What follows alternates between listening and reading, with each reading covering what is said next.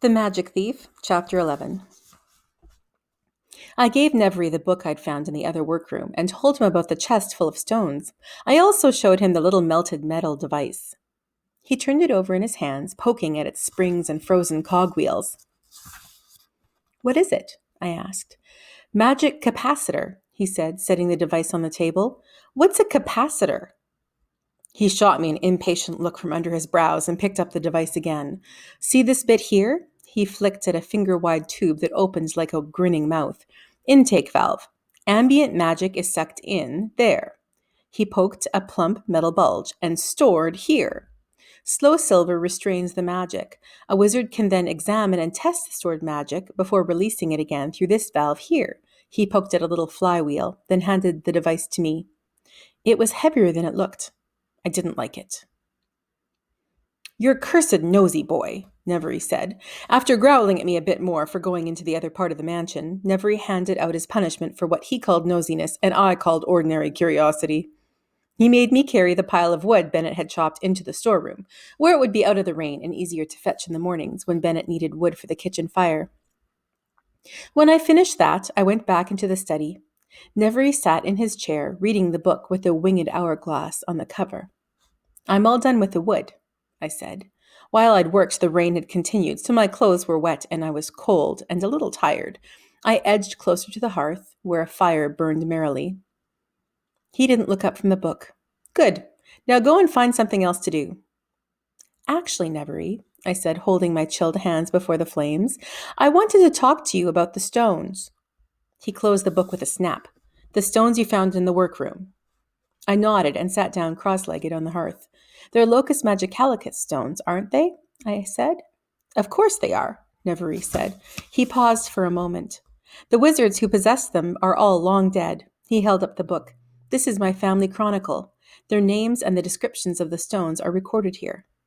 "Oh," I said. I stared into the fire. So the scowling bearded man in the rough rock and the shy girl in the sliver of blue crystal were gone. Nevery gave me his keen gleam look. "Well, boy, I suppose, given your nosiness, you examined the stones." "Yes," I sighed. "I liked the Grey Lady best." "The Grey Lady," Nevery repeated. "The one in the flat river stone. She had a good smile." Nevery leaned forward in his chair and grabbed me by the chin, turning my face toward him. "Are you lying to me, boy?" he asked fiercely. I blinked and tried to pull away, but he held me tightly. "Are you?" he repeated. "No," I said. He let me go and sat back in his chair, glaring down at me. I scrabbled away, just out of his reach. "You didn't read about the stones and their bearers in the book, did you?" "No, Nevery," I answered. "I saw them when I touched the stones." "Humph," Nevery said. "Did you? Very interesting. Tell me about them." "All right." I told him about every one of the stones and what I'd felt or seen when touching each one.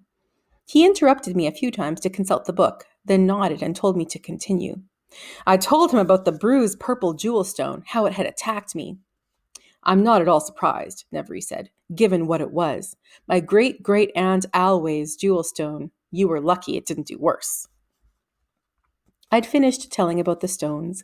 We sat in silence for a while, me looking at the fire, him paging through the book. Nevery cleared his throat. "As you have probably gathered, the Locus Magicalicus reflects the nature of its bearer. A weak wizard has a soft stone, easily broken, and will go to great lengths to protect it. The stone of a strong-willed wizard is hard." Ah, Nevery's stone, I remembered, was hard and smooth, polished almost like a mirror, and very, very dangerous.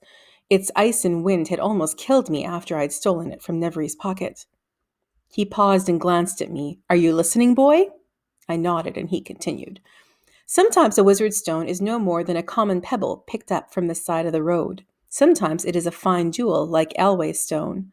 But such a stone appears only very rarely and with dire consequences.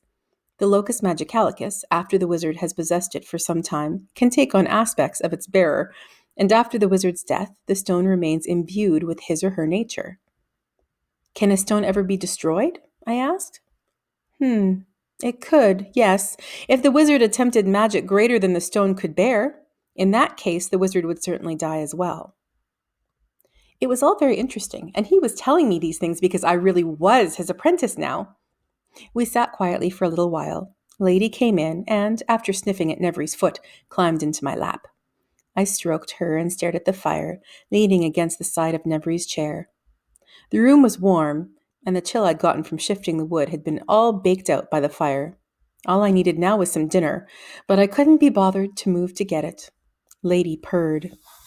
"What's this?" Nevry said, closing the locust stone book. "What?" I looked up, blinking. Had I fallen asleep? Lady climbed off my lap and stretched. Nevry pointed at her. "A cat," I said. "I can see that," Nevry said. "What is it doing here?" "She lives here," I said. He frowned. So before he could decide he didn't want Lady around, I said, "Bennett said we need her for the mice." Perhaps we do."